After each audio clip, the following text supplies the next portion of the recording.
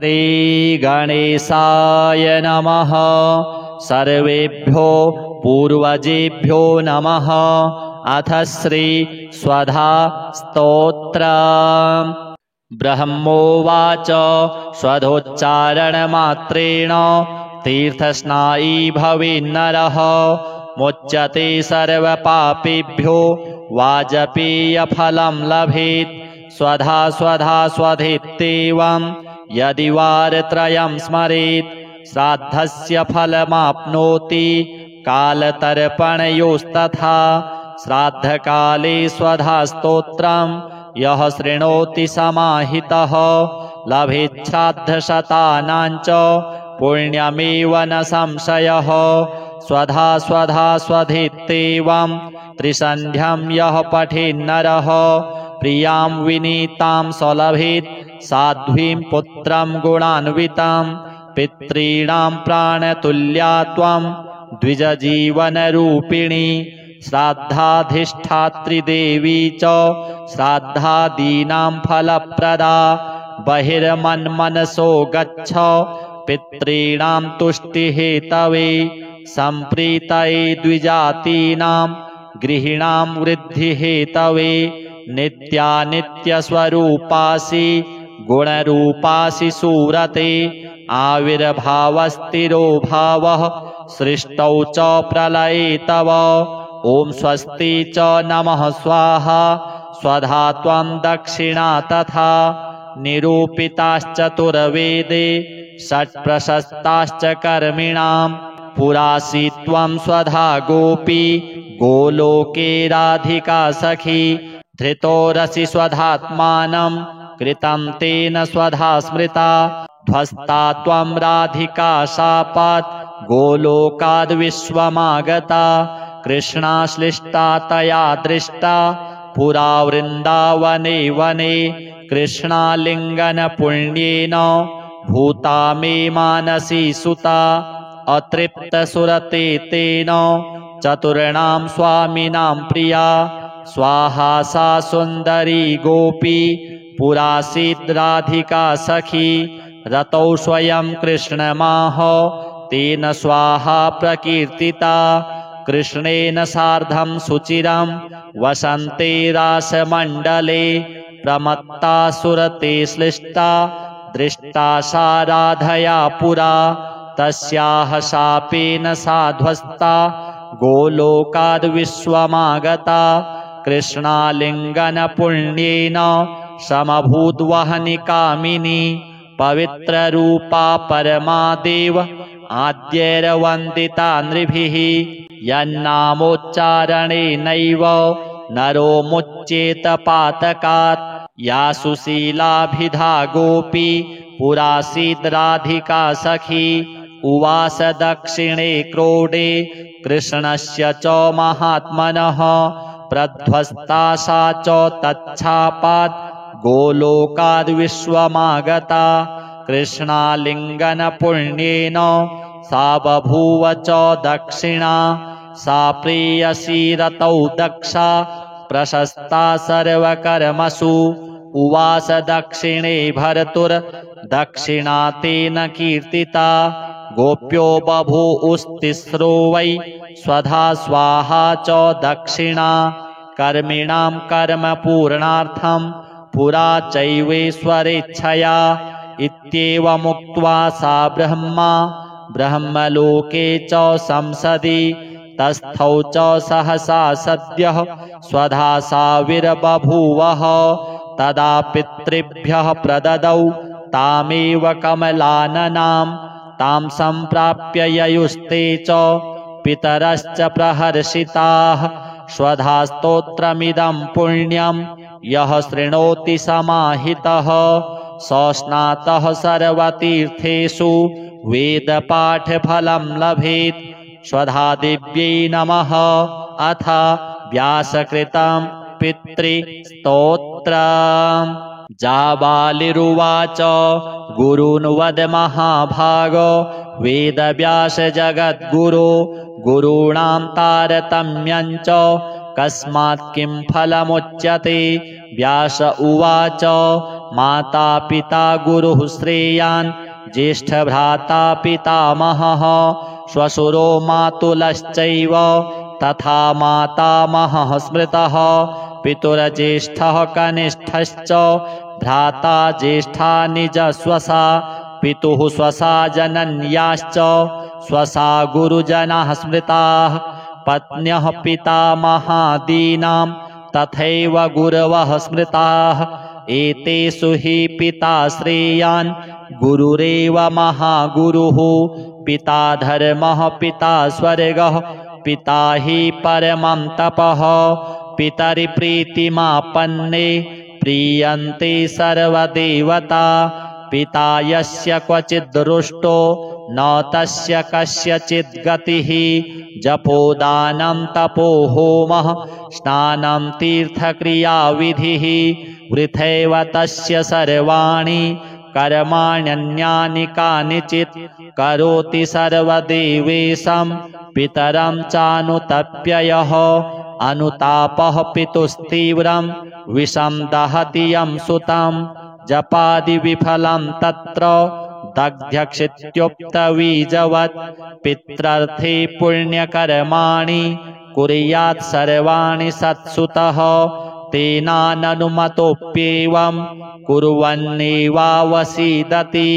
यत्नात्तु पितरं यस्तु कियत् पुण्यं च कारयेत् स तत्पुण्यफलं कोटि गुणमाप्नोत्यसंशयम् शृणु वक्षे पितुः स्तोत्रं विष्णवे ब्रह्मणोदितं नाभिपद्मोद्भवो येन तुष्टावपितरं स्वतं ब्रह्मोवाच ॐ नमः पित्रे जन्मदात्रे सर्वदेवमयाय च सुखदाय प्रसन्नाय सुप्रीताय महात्मने सर्वयज्ञस्वरूपाय स्वर्गाय परमेष्ठिने सर्वतीर्थावलोकाय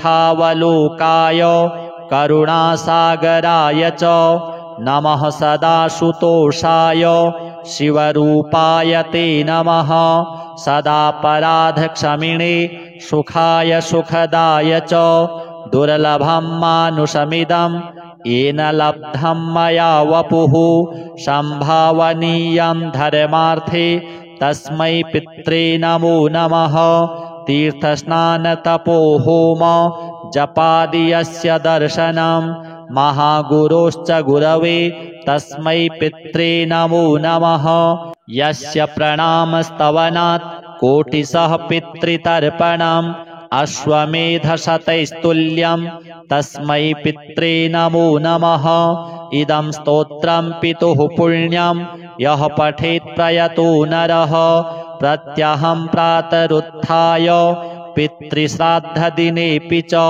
स्वजन्मदिवसे साक्षात् पितुरग्रे स्थितोऽपि वा न तस्य दुर्लभं किञ्चित् सर्वज्ञतादिवाञ्छितं नानापकर्म कृत्वापि यः स्तौति पितरं सुतः स ध्रुवं प्रविधायैव प्रायश्चित्तं सुखी भवेत् पितुः प्रीतिकरो नित्यं सर्वकर्माण्यथार्हति श्रीपितृदेवार्पणमस्तु ब्रह्मोवाच स्वधोच्चारणमात्रेण तीर्थस्नायी भवेन्नरः मुच्यते सर्वपापेभ्यो वाजपेयफलं लभेत् स्वधा स्वधा स्वधेत्येवं यदि वारत्रयं स्मरेत् श्राद्धस्य फलमाप्नोति कालतर्पणयोस्तथा श्राद्धकाले स्वधा स्तोत्रं यः शृणोति समाहितः लभेत् श्राद्धशतानां च पुण्यमेव न संशयः स्वधा स्वधा स्वधेत्येवं त्रिसन्ध्यं यः पठेन्नरः प्रियां विनीतां सलभेत् साध्वीं पुत्रं गुणान्वितं पितॄणां प्राणतुल्या त्वं द्विजजीवनरूपिणी श्राद्धाधिष्ठात्री देवी च श्राद्धादीनां फलप्रदा बहिर्मन्मनसो गच्छ पितॄणां तुष्टिहेतवे सम्प्रीतये द्विजातीनां गृहिणां वृद्धिहेतवे नित्यानित्यस्वरूपासि गुणरूपासि सुरते आविर्भावस्थिरो भावः सृष्टौ च प्रलये तव ॐ स्वस्ति च नमः स्वाहा स्वधा त्वं दक्षिणा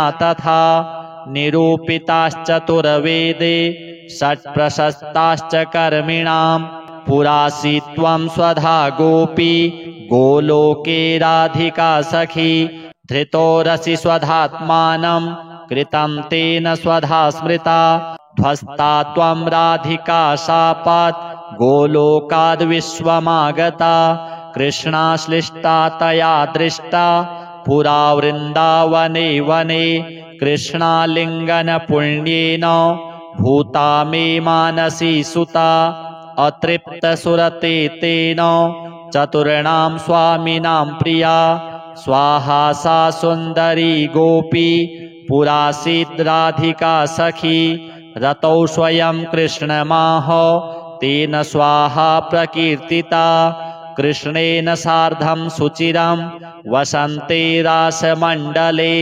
प्रमत्ता सुरते श्लिष्टा दृष्टा सा राधया पुरा तस्याः शापेन सा ध्वस्ता गोलोकाद्विश्वमागता कृष्णालिङ्गनपुण्येन समभूद्वहनि कामिनी पवित्ररूपा परमा देव आद्यैर्वन्दिता नृभिः यन्नामोच्चारणेनैव नरो मुच्येत पातकात् या सुशीलाभिधा गोपी पुरासीद् राधिका सखी उवास दक्षिणे क्रोडे कृष्णस्य च महात्मनः प्रध्वस्ता सा च तच्छापात् गोलोकाद्विश्वमागता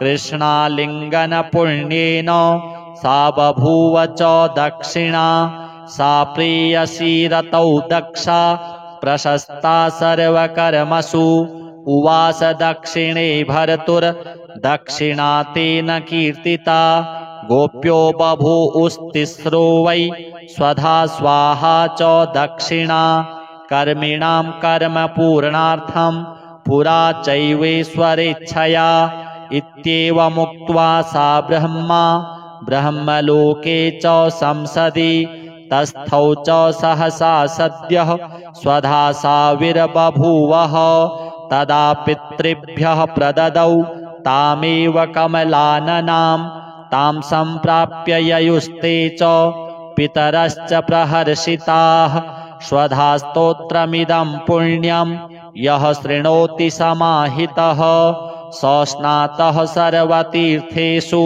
वेदपाठफलं लभेत् स्वधा दिव्यै नमः अथ व्यासकृतं पितृस्तोत्रम् जाबालिरुवाच गुरून् वद महाभाग वेदव्यास जगद्गुरो गुरूणां तारतम्यं च कस्मात् किं फलमुच्यते व्यास उवाच माता पिता गुरुः श्रेयान् ज्येष्ठभ्राता पितामहः श्वशुरो मातुलश्चैव तथा मातामहः स्मृतः पितुर्ज्येष्ठः कनिष्ठश्च भ्राता ज्येष्ठा निजस्वसा पितुः स्वसा जनन्याश्च स्वसा गुरुजनाः स्मृताः पत्न्यः पितामहादीनां तथैव गुरवः स्मृताः एतेषु हि पिता श्रेयान् गुरुरेव महागुरुः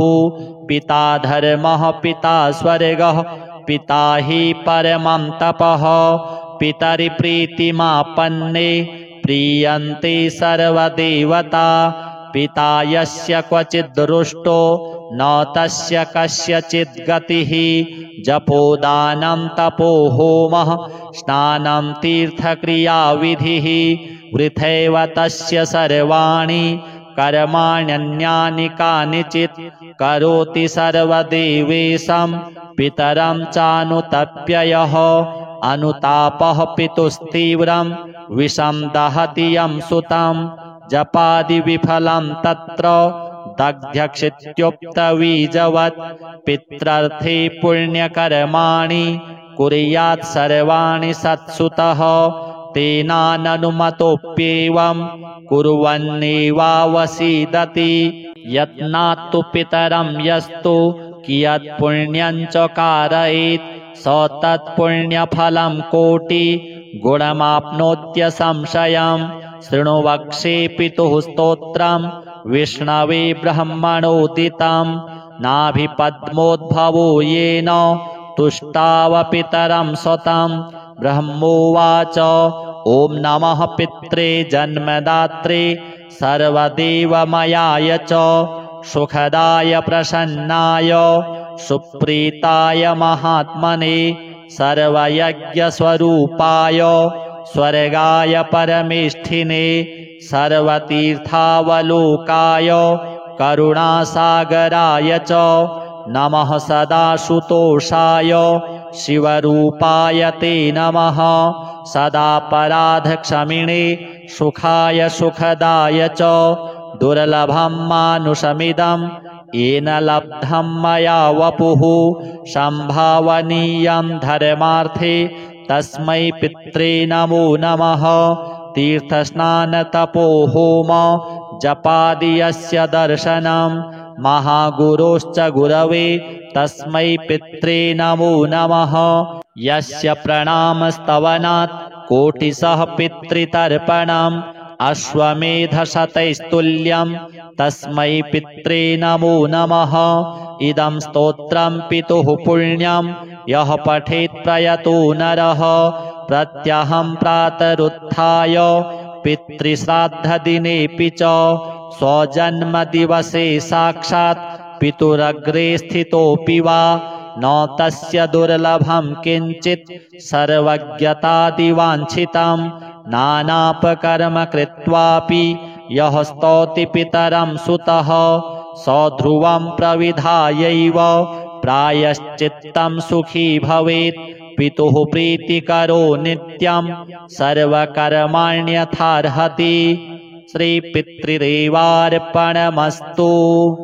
ब्रह्मोवाच स्वधोच्चारणमात्रेण तीर्थस्नायी भवेन्नरः मुच्यते सर्वपापेभ्यो वाजपेयफलं लभेत् स्वधा स्वधा स्वधेत्येवं यदि वारत्रयं स्मरेत् श्राद्धस्य फलमाप्नोति कालतर्पणयोस्तथा श्राद्धकाले स्वधा स्तोत्रं यः शृणोति समाहितः लभेत् श्राद्धशतानां च पुण्यमेव न संशयः स्वधा स्वधा स्वधेत्येवं त्रिसन्ध्यं यः पठेन्नरः प्रियां विनीतां सलभेत् साध्वीं पुत्रं गुणान्वितं पितॄणां प्राणतुल्या त्वं द्विजजीवनरूपिणी श्राद्धाधिष्ठात्री देवी च श्राद्धादीनां फलप्रदा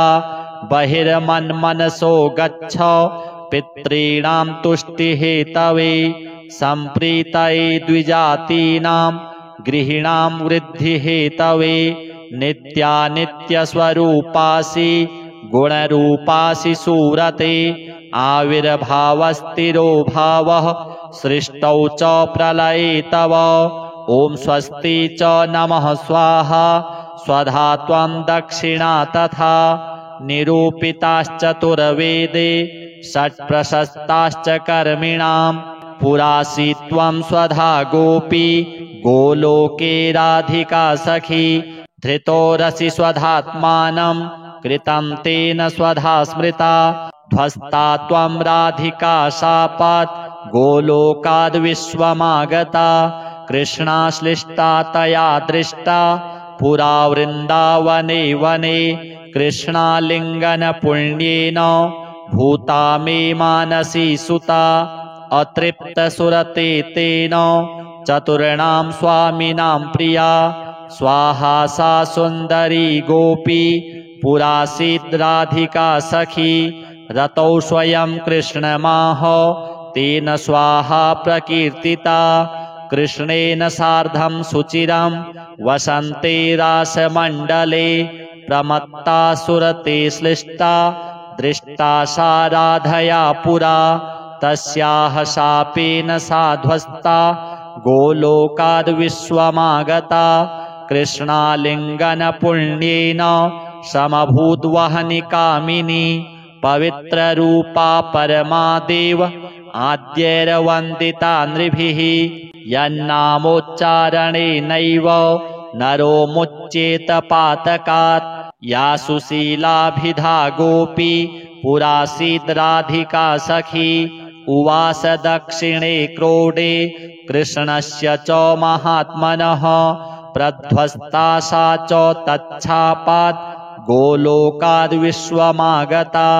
कृष्णालिङ्गनपुण्येन सा बभूव च दक्षिणा सा प्रेयसी रतौ दक्षा प्रशस्ता सर्वकर्मसु उवास दक्षिणे भर्तुर्दक्षिणा तेन कीर्तिता गोप्यो बभूवुस्तिस्रो वै स्वधा स्वाहा च दक्षिणा कर्मिणां कर्मपूर्णार्थं पुरा चैवेश्वरेच्छया इत्येवमुक्त्वा सा ब्रह्मलोके च संसदि तस्थौ च सहसा सद्यः स्वधा साविर्बभूवः तदा पितृभ्यः प्रददौ तामेव कमलाननां तां सम्प्राप्य ययुस्ते च पितरश्च प्रहर्षिताः स्वधा स्तोत्रमिदं पुण्यं यः शृणोति समाहितः स स्नातः सर्वतीर्थेषु वेदपाठफलं लभेत् स्वधा दिव्यै नमः। अथ व्यासकृतं पितृस्तोत्रम्। जाबालिरुवाच गुरून् वद महाभाग वेदव्यास जगद्गुरो गुरूणां तारतम्यं च कस्मात् किं फलमुच्यते। व्यास उवाच माता पिता गुरुः श्रेयान् ज्येष्ठभ्राता पितामहः श्वशुरो मातुलश्चैव तथा मातामहः स्मृतः पितुर्ज्येष्ठः कनिष्ठश्च भ्राता ज्येष्ठा निजस्वसा पितुः स्वसा जनन्याश्च स्वसा गुरुजनाः स्मृताः पत्न्यः पितामहादीनां तथैव गुरवः स्मृताः एतेषु हि पिता श्रेयान् गुरुरेव महागुरुः पिता धर्मः पिता स्वर्गः पिता हि परमं तपः पितरिप्रीतिमापन्ने प्रीयन्ते सर्वदेवता पिता यस्य क्वचिद्दृष्टो न तस्य कस्यचित् गतिः जपोदानं तपो होमः स्नानं तीर्थक्रियाविधिः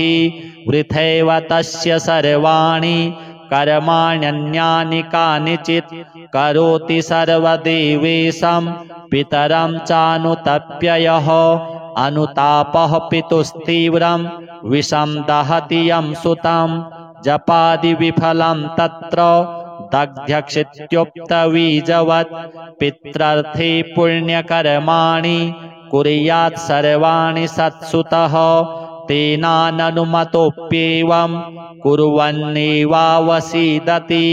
यत्नात्तु पितरं यस्तु कियत् पुण्यं च कारयेत् स तत्पुण्यफलं कोटि गुणमाप्नोत्यसंशयम् शृणु वक्षे पितुः स्तोत्रं विष्णवे ब्रह्मणोदितं नाभिपद्मोद्भवो येन तुष्टावपितरं स्वतं ब्रह्मोवाच ॐ नमः पित्रे जन्मदात्रे सर्वदेवमयाय च सुखदाय प्रसन्नाय सुप्रीताय महात्मने सर्वयज्ञस्वरूपाय स्वर्गाय परमेष्ठिने सर्वतीर्थावलोकाय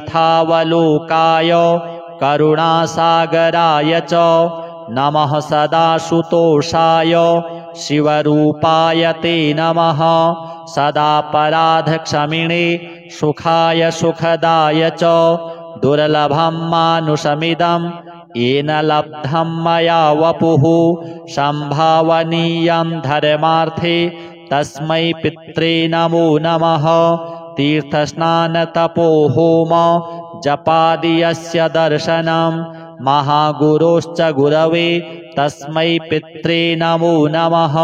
यस्य प्रणामस्तवनात् कोटिशः पितृतर्पणम् अश्वमेधशतैस्तुल्यं तस्मै पित्रे नमो नमः।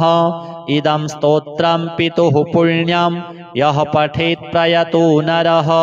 प्रत्यहं प्रातरुत्थाय पितृश्राद्धदिनेऽपि च स्वजन्मदिवसे साक्षात् पितुरग्रे स्थितोऽपि वा न तस्य दुर्लभं किञ्चित् सर्वज्ञतादिवाञ्छितं। नानापकर्म कृत्वापि यः स्तौति पितरं सुतः स ध्रुवं प्रविधायैव प्रायश्चित्तं सुखी भवेत्।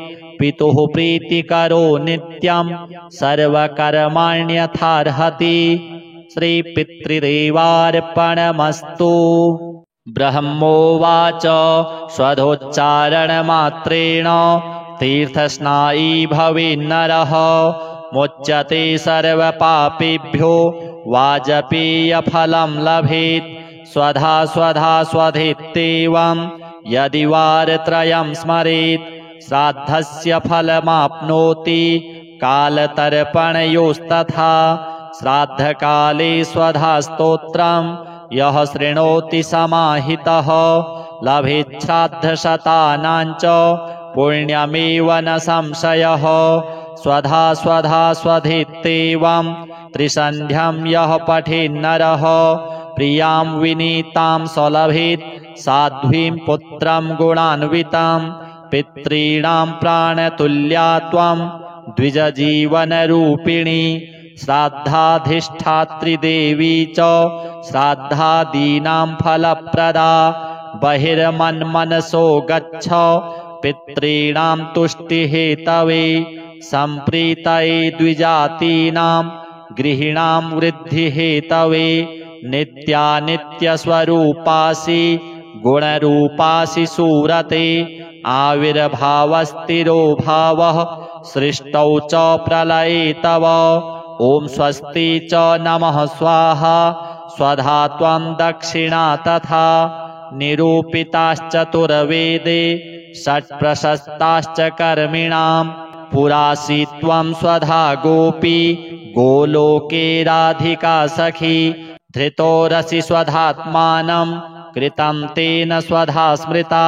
ध्वस्ता त्वं राधिका शापात् गोलोकाद्विश्वमागता। कृष्णाश्लिष्टा तया दृष्टा पुरा वृन्दावने वने। कृष्णालिङ्गनपुण्येन भूता मे मानसी सुता। अतृप्तसुरते तेन चतुर्णां स्वामिनां प्रिया। स्वाहा सा सुन्दरी गोपी पुरासीत् राधिका सखी। रतौ स्वयं कृष्णमाह तेन स्वाहा प्रकीर्तिता।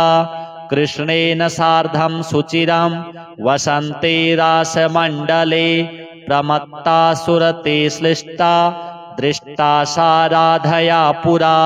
तस्याः शापेन सा ध्वस्ता गोलोकाद्विश्वमागता। कृष्णालिङ्गनपुण्येन समभूद्वहनि कामिनी। पवित्ररूपा परमा देव आद्यैर्वन्दिता नृभिः। यन्नामोच्चारणेनैव नरो मुच्येत पातकात्। या सुशीलाभिधा गोपी पुरासीत् राधिका सखी।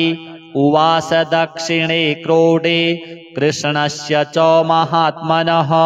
प्रध्वस्ता सा च तच्छापात् गोलोकाद्विश्वमागता। कृष्णालिङ्गनपुण्येन सा बभूव च दक्षिणा। सा प्रेयसी रतौ दक्षा प्रशस्ता सर्वकर्मसु। उवास दक्षिणे भर्तुर्दक्षिणा तेन कीर्तिता। गोप्यो बभूवुस्तिस्रो वै स्वधा स्वाहा च दक्षिणा। कर्मिणां कर्मपूर्णार्थं पुरा चैवेश्वरेच्छया। इत्येवमुक्त्वा सा ब्रह्मलोके च संसदि।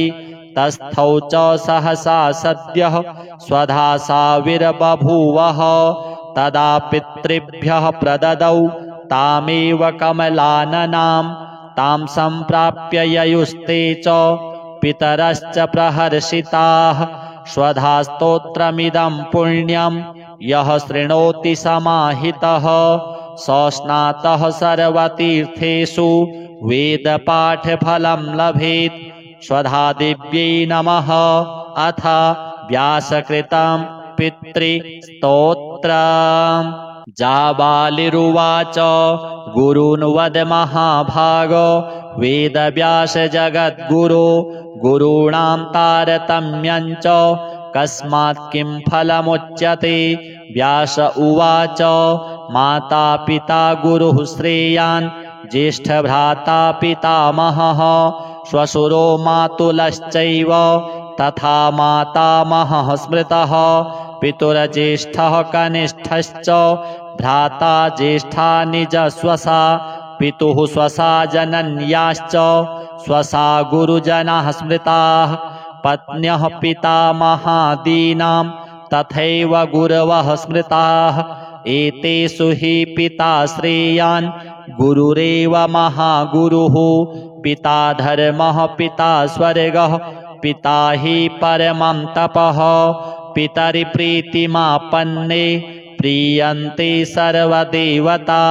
पिता यस्य क्वचिद्दृष्टो न तस्य कस्यचित् गतिः।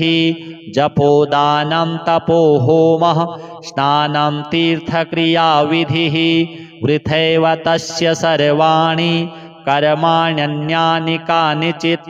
करोति सर्वदेवेशं पितरं चानुतप्ययः। अनुतापः पितुस्तीव्रं विषं दहति यं सुतं।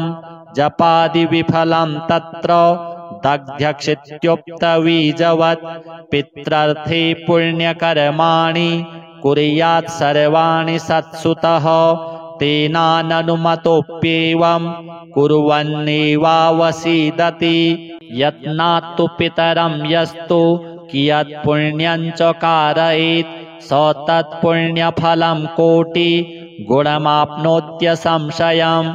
शृणु वक्ष्ये पितुः स्तोत्रं विष्णवे ब्रह्मणोदितं। नाभिपद्मोद्भवो येन तुष्टावपितरं स्वतं।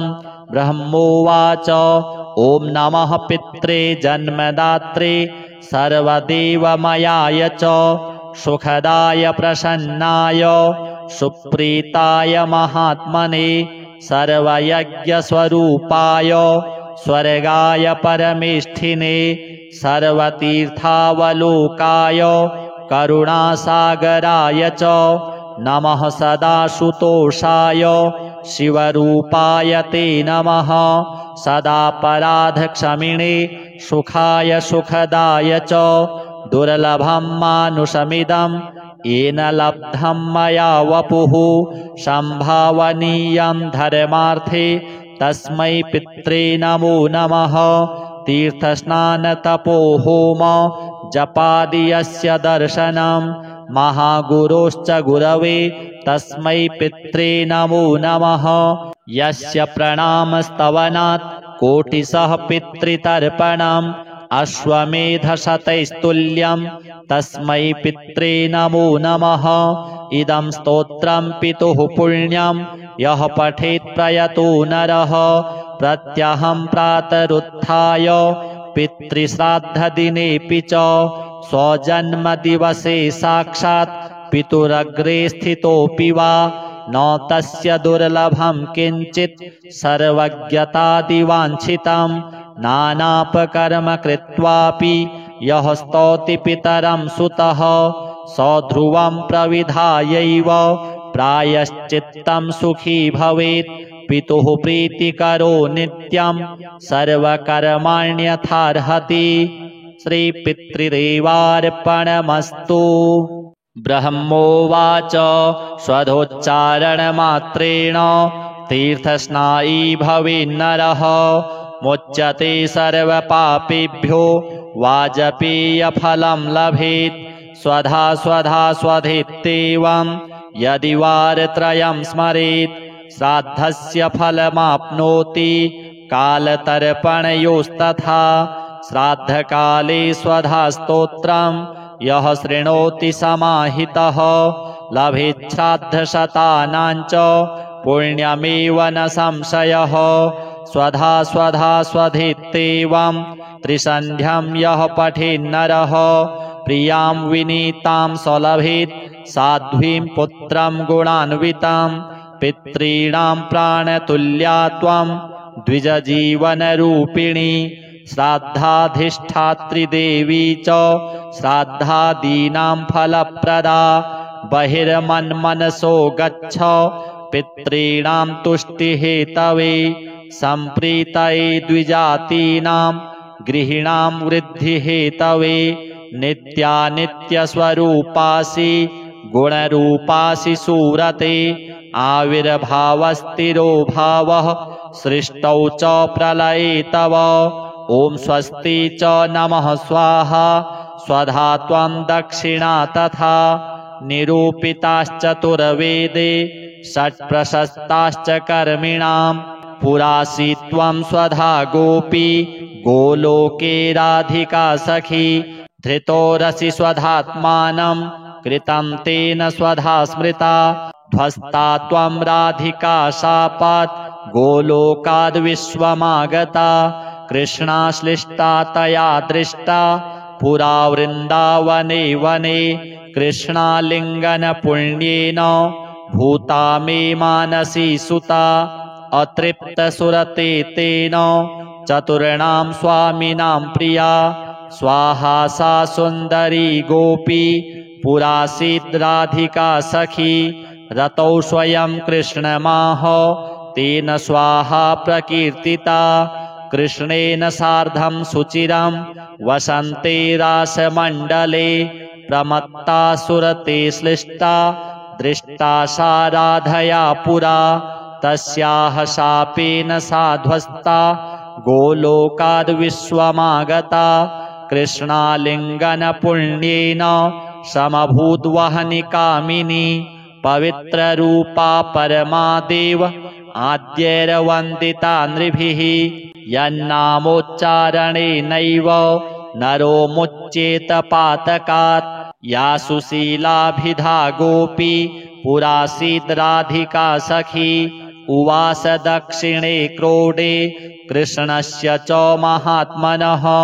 प्रध्वस्ता सा च तच्छापात् गोलोकाद् विश्वमागता। कृष्णालिङ्गनपुण्येन सा बभूव च दक्षिणा। सा प्रेयसी रतौ दक्षा प्रशस्ता सर्वकर्मसु। उवास दक्षिणे भर्तुर्दक्षिणा तेन कीर्तिता। गोप्यो बभूवुस्तिस्रो वै स्वधा स्वाहा च दक्षिणा। कर्मिणां कर्मपूर्णार्थं पुरा चैवेश्वरेच्छया। इत्येवमुक्त्वा सा ब्रह्मलोके च संसदि। तस्थौ च सहसा सद्यः स्वधा साविर्बभूवः। तदा पितृभ्यः प्रददौ तामेव कमलाननां। तां सम्प्राप्य ययुस्ते च पितरश्च प्रहर्षिताः। स्वधा स्तोत्रमिदं पुण्यं यः शृणोति समाहितः। स स्नातः सर्वतीर्थेषु वेदपाठफलं लभेत्। स्वधा दिव्यै नमः। अथ व्यासकृतं पितृस्तोत्रम्। जाबालिरुवाच गुरून् वद महाभाग।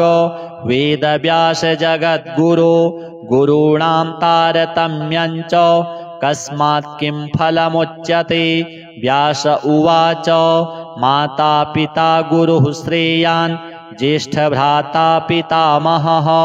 श्वशुरो मातुलश्चैव तथा मातामहः स्मृतः। पितुर्ज्येष्ठः कनिष्ठश्च भ्राता ज्येष्ठा निजस्वसा। पितुः स्वसा जनन्याश्च स्वसा गुरुजनाः स्मृताः। पत्न्यः पितामहादीनां तथैव गुरवः स्मृताः। एतेषु हि पिता श्रेयान् गुरुरेव महागुरुः।